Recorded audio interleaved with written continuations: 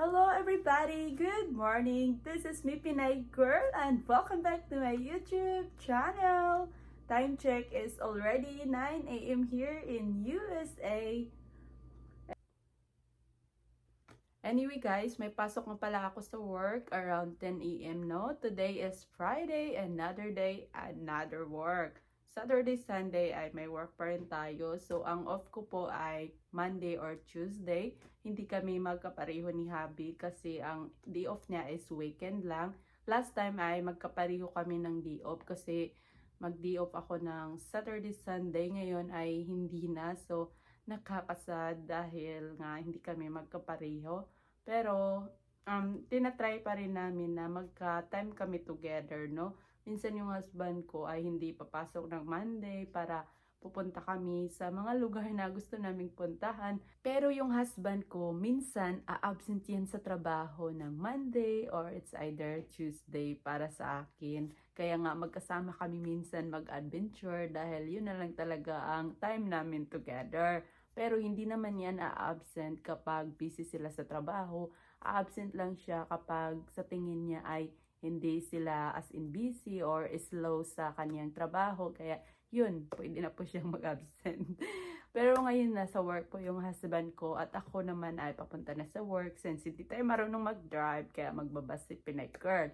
Today's video, bago ako papasok sa work, sasagutin ko muna isa sa mga subscriber ko po. Nagtatanong sila kung bakit nga ba daw yung kapatid ko na si Maria Lassen na hindi na lang lumipat dito sa USA, no? At iwan na lang yung bahay nila or ebenta na lang daw. Ito po ang aking masasagot sa katanungan na yan. Super curious lang ako sa tanong na ito, no? I know it's all about Maria Lassen life, but bilang atin niya, napakomment din ako at gusto kong sagutin ang tanong na ito kasi nga parang dinidiktahan niya yung buhay ng kapatid ko kung ano ba ang dapat niyang gawin. Kaya ito po ang aking masasabi, no? Para mas maintindihan. I know my sister, guys, that she is a public figure, no? Na nagbibigay siya ng inspiration sa mga tao. And we are a public figure dito sa social media. Pero pagdating na kasi sa personality ng buhay, parang iba na kasi kapag dinidiktahan mo yung mga decision nila or decision ng isang tao na dapat ganito, ganito. Kahit ako bilang sister niya or ate dito sa USA, ay hindi po ako nakikialam sa buhay ng sister ko kung saan po siya masaya, no? Alam namin dito sa social media kapag pinasok mo ang mundo ng pagiging vlogger, influencer, no? Dapat handa ka talagang harapin yung mga bashers sa buhay mo dahil normal po talaga yan sa social media na may masasabi sa'yo. Normal naman talaga yung ibang magko-comment sa buhay mo dahil nga isa kang influencer, no? Lahat talaga ay magko-comment yan sa buhay mo. Pero yung ibang tao ay sumusobra na minsan, no? Porket vlogger ay masasabi na lang talaga nila yung mga masasakit na salita, mga negative comments, okay lang naman yun. Pero wag naman yung sobra-sobra, no? Dahil wala ka naman ginawang masama, pwede naman mag-comment na as in hindi nakakasakit sa isang tao or nagdidikta ka ng buhay ng isang tao. Sabi kasi, bakit daw si Maria Lassen na hindi na lang dito manirahan sa USA na kasama ako? Yes, maganda naman yun na magkasama talaga kayong magkapatid. Pero guys, yung buhay ng sister ko doon sa Australia na yung sinasabi mo na gusto mo dito patiran yung kapatid ko at iiwan nila yung bahay nila or ibenta na lang. Hindi po pwede yun. Kahit kapatid ako ay hindi ko dinidiktahan kung ano ang plano ng sister ko, no? Kung saan po sila masaya, nakasama niya ang pamilya na since taga doon po yung asawa niya, hindi naman po pwede na si Maria Lassen ay magdesisyon na lang na para magkasama lang kami. Maganda na kasi ang buhay ni Maria Lassen doon sa Australia kasama ang asawa at anak, no? At least namuhay po sila sa simple lamang na masaya at magkasama ang kaniyang buong pamilya. Pwede naman po sila pupunta dito sa USA kahit bakasyon lang. Pero yung tumira, hindi po madali yun na titira ka dito sa Amerika na pupunta na lamang dito. Marami pong mga proseso. Madali pong sabihin pero mahirap po yan gawin. Pinagdasal ko naman na sana magkapareho lang kami ng country, magkalapit lang kami at sana makapunta yung sister ko dito. Yun talaga ang una kong masasabi sa aking sarili na meron akong pamilya na makakasama. Ang hirap kaya malayo at mag-isa sa buhay, no? Di naman ako nag-iisa dahil nandyan naman yung very supportive husband ko. Kaya sinasabi ko palagi sa kanya, he's my everything, my family, my friend, my partner. Kasi nga malayo ako sa aking pamilya. What I mean is, ako lang nag-iisa dito dahil ang lahat ng pamilya ko ay nandun sa Pinas. Meron din akong sister pero magkaiba naman kami ng country. So pari-pariho lang po kami ng iniisip kapag nasa malayo ka na mahirap minsan pero masaya kasi kasama mo yung partner mo. Siya na lang ang nakapagbibigay sa'yo ng lakas at kasiyahan kasi syempre ay minahal ka at mahal mo din. So mas maganda naman talaga na masaya ang pagsasama nyo. Yun po ang importante na kontento ka sa buhay mo kahit malayo ka man sa pamilya mo, at least masaya ka sa buhay mo kahit malayo ka. Basta ako, sobrang happy ako na kung ano man ang narating ng sister ko at wala po kaming inggitan sa buhay dahil hindi po yun maganda sa magkakapatid. Kung yung mga basher, mga nagsasabi sa aming dalawa, okay lang po yun dahil sabi ko nga, normal lang po yun na may masasabi talaga sa iyo. Ang hirap din ng buhay bilang isang vlogger, no? Nakakapagod din ang trabaho na ito. Minsan nasasaktan din kami at hindi lahat ng oras ay matapang kami dahil tao rin kami nasasaktan. So minsan iniisip ko din na hinto na lang ako sa pagiging vlogger kasi nga yung buhay mo ay nasa social media, no? Gusto ko din talaga na may private yung buhay mo pero since trabaho mo ito ay hinaharap mo talaga kung ano ang masasabi nila. Pero ako guys, sinasabi ko sa sarili ko no, na gusto ko nang huminto sa pagiging vlogger kasi nga mag-focus na lang ako sa trabaho ko. Minsan ay hindi ko maiwan-iwan. Kasi nga dito ay malungkot, no? Halos naman siguro lahat ng Pilipina na nakapangasawa ay ngayon ay mga vlogger na din sila. Kasi yun po ang nagbibigay ng kasiyahan para hindi boring ang life. Ako guys, binabudget ko din yung oras ko sa aking trabaho at pagiging vlogger, no? Dahil napaka-complicated din minsan. Pero tinatry ko din na makapag-upload ako sa aking YouTube channel. Dami po kasing mga nagsasuggest na bakit daw puro ako salita dito sa YouTube channel, no? Ano bang gusto nyo? Hindi ako magsasalita dito sa video ko. Ang hirap naman, hindi nyo ako maintindihan. Halos po kasi sinasabi nila, yan na naman, ginagamit ko na naman daw yung sister ko at nagsasalita naman ako tungkol sa kapatid ko. Magagalit po sila pero dinididma ko yun dahil wala naman pong ibig sabihin yun para sa akin. No? Sila lang po talaga nagbibigay ng mali kapag ay minanggit mo yung sister mo. Hindi naman po yun mali dahil nga magkapatid kayo guys. Kahit kapatid mo banggitin mo ay mali ba yun? Hindi po. Dapat proud ka dahil meron kang kapatid na vlogger. Always ko po yun isasabi sa lahat. Kahit po magalit po sila sa akin, I'm happy dahil meron akong sister na vlogger, no?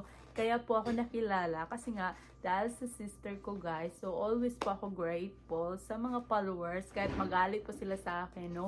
So dead man na lang. Masasabi ko lang, no, tungkol sa video na ito na sa mga nagtatanong, no, tungkol kay Mariel Lassen, no, wala po tayong karapatan na diktahan kung ano ang desisyon niya sa buhay. Kahit nga pamilya niya or ako kapatid niya ay hindi po namin dinidiktahan. Kahit pamilya niyo ay hindi po natin basta masasabi kung ano ang gusto niyang gawin, no? Dahil buhay mo yan, buhay niya yan. So, meron po tayong mga sariling desisyon sa buhay.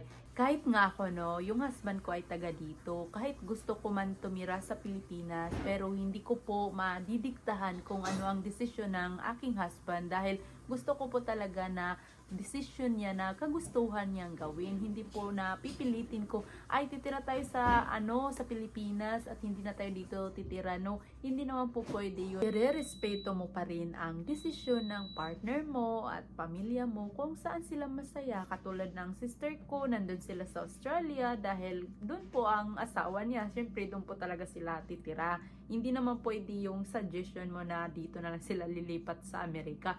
Siguro baka kami ni Habi ang lilipat sa Australia, no? Dahil nga may bahay yung kapatid ko, nabaliktad na po yung tanong niya. Kami sana ang sasabihan mo dahil nga wala kaming bahay. So pwede po kami pupunta doon sa Australia dahil may bahay po yung sister ko. So dapat ang tanong mo ay kami ang tinanong mo, hindi yung sister ko. Maling-mali yung tanong mo talaga. Meron din po mga nagsasabi na wala daw akong magandang content. Pwede naman po na hindi kayo manood sa aking video. Hindi ko naman po kayo pipilitin. Pero tinatry po namin na makapunta kami sa mga lugar na gusto naming puntahan ni Abby. Kaso nga lang, meron po kaming mga priority na inuuna. Pero relax lang po kayo dahil mag-a-upload po ako soon na may next adventure po kami ng aking husband. Mga lugar po ang aming gustong puntahan at i-vlog dahil maganda po talaga yun. Alam ko dito sa amin ay marami pa talagang lugar na hindi pa namin napuntahan.